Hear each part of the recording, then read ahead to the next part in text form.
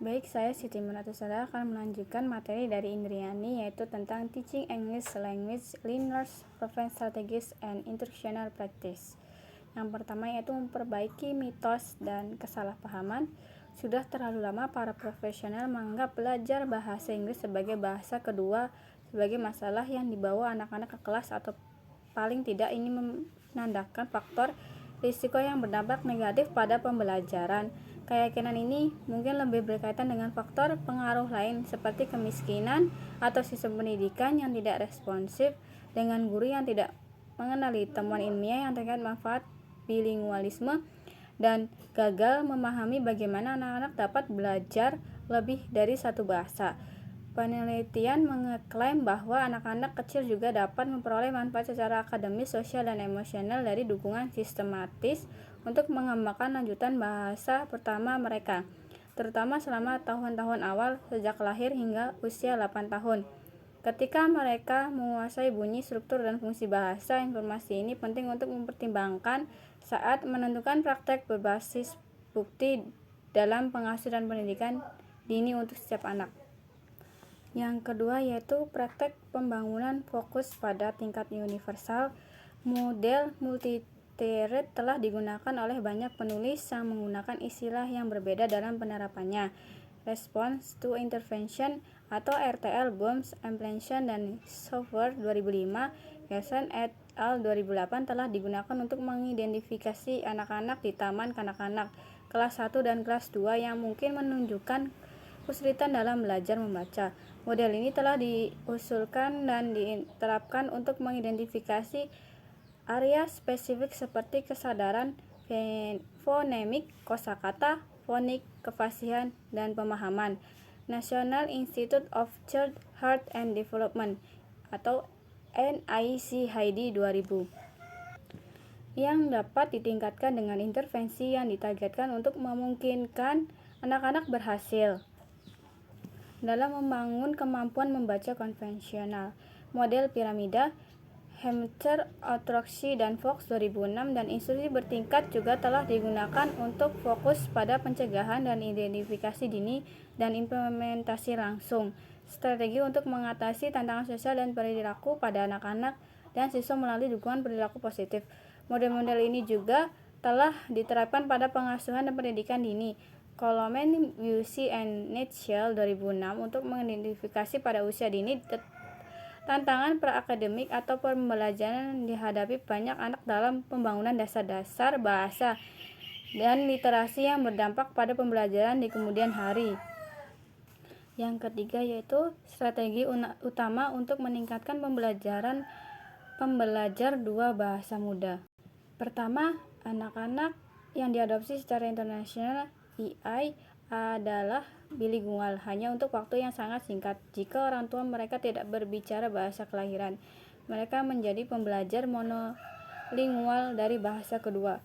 Hua Frolix 2007 mencatat perkembangan bahasa untuk anak-anak ini secara signifikan berbeda dari anak-anak multibahasa yang tetap berpapar bahasa kelahiran. Penelitian menunjukkan ditetapkan sebelum dalam bahasa pertama mereka dalam 3-12 bulan setelah adopsi dan sering mengajar dalam berbicara dan bahasa dalam beberapa tahun. Mereka beralkulturasi dengan budaya adopsi baru mereka dan belajar bahasa dengan cepat.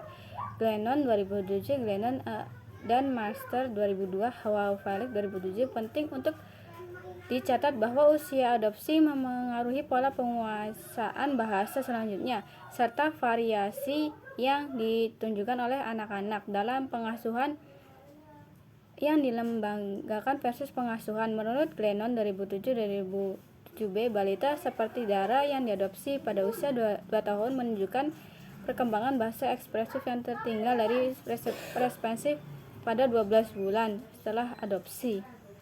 Dan yang keempat yaitu pelajar dari cerita anak dan keluarga. Guru dan spesialis perlu mengetahui dan menerapkan praktik berbasis penelitian. Koneksi ke rumah meningkatkan pembelajaran. Komunikasi timbal balik yang autentik dan relevan mendorong partisipasi aktif orang tua.